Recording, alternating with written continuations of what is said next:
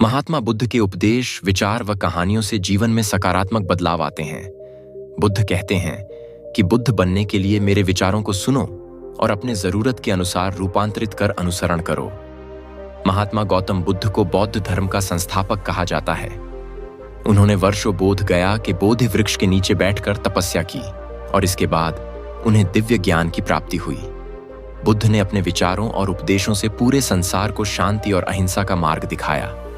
इसलिए कहा जाता है कि बुद्ध के विचार आपका जीवन बदल सकते हैं। बुद्ध की आज की अमृतवाणी में आपको बताएंगे गौतम बुद्ध से जुड़ी एक ऐसी कहानी के बारे में जिससे आपके जीवन में खुशियां ही खुशियां रहेंगी, क्योंकि बुद्ध का मानना है कि यह पूरी तरह से आप पर ही निर्भर करता है कि आप खुशी या गम क्या लेना पसंद करते हैं।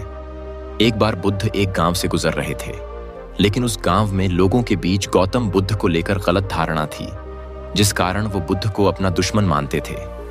जब उस गांव में बुद्ध आए तो गांव वाले उन्हें बहुत भला बुरा कहने लगे और बधुआएं देने लगे, लेकिन इसके बावजूद भी बुद्ध गांव वालों की बात शांति से और मुस्कुराकर चुपचाप सुन रहे थे।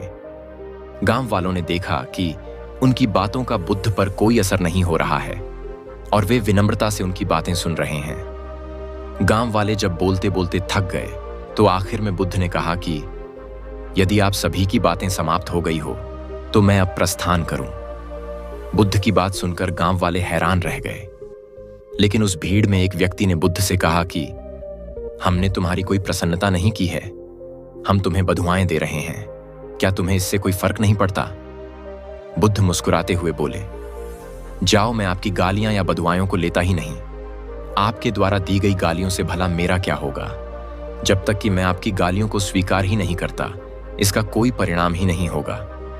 बुद्ध ने कहा, जानते हैं, कुछ दिन पहले एक व्यक्ति ने मुझे बहुत सारे उपहार दिए, लेकिन मैंने उसे लेने से मना कर दिया। जब मैं लूंगा ही नहीं तो कोई मुझे कैसे दे पाएगा? बुद्ध ने पूछा, बताइए, अगर मैंने उपहार नहीं लिया तो उपहार देने वाले व्यक्ति ने क्या किया होगा? भीड़ में से किसी ने कहा, व्यक्ति ने अपने उपहार को अपने पास रख लिया होगा। बुद्ध ने कहा, मुझे आप सब पर इसलिए दया आती है क्योंकि मैं आपकी इन गालियों को लेने में असमर्थ हूं और आपकी ये गालियां आपके पास ही रह जाएंगी। दोस्त, भगवान गौतम बुद्ध के जीवन से जुड़ी इस कहानी से यह सीख मिलती है कि हम अक्सर अपने दुखों का कारण दूसरों को समझते हैं, लेकिन असल में यह हम पर ही निर्भर करता है कि हम वास्तव में क्या लेना चाहते हैं, खुशी या गम, उदासी या मुस्कान। यकीन मानिए, ये छोटी सी कहानी जीवन में एक बड़ा बदलाव ला सकती है, अगर आप चाहे तो, पर यह आप पर निर्भर करता है आप क्या चुनते हैं, खुशी या गम।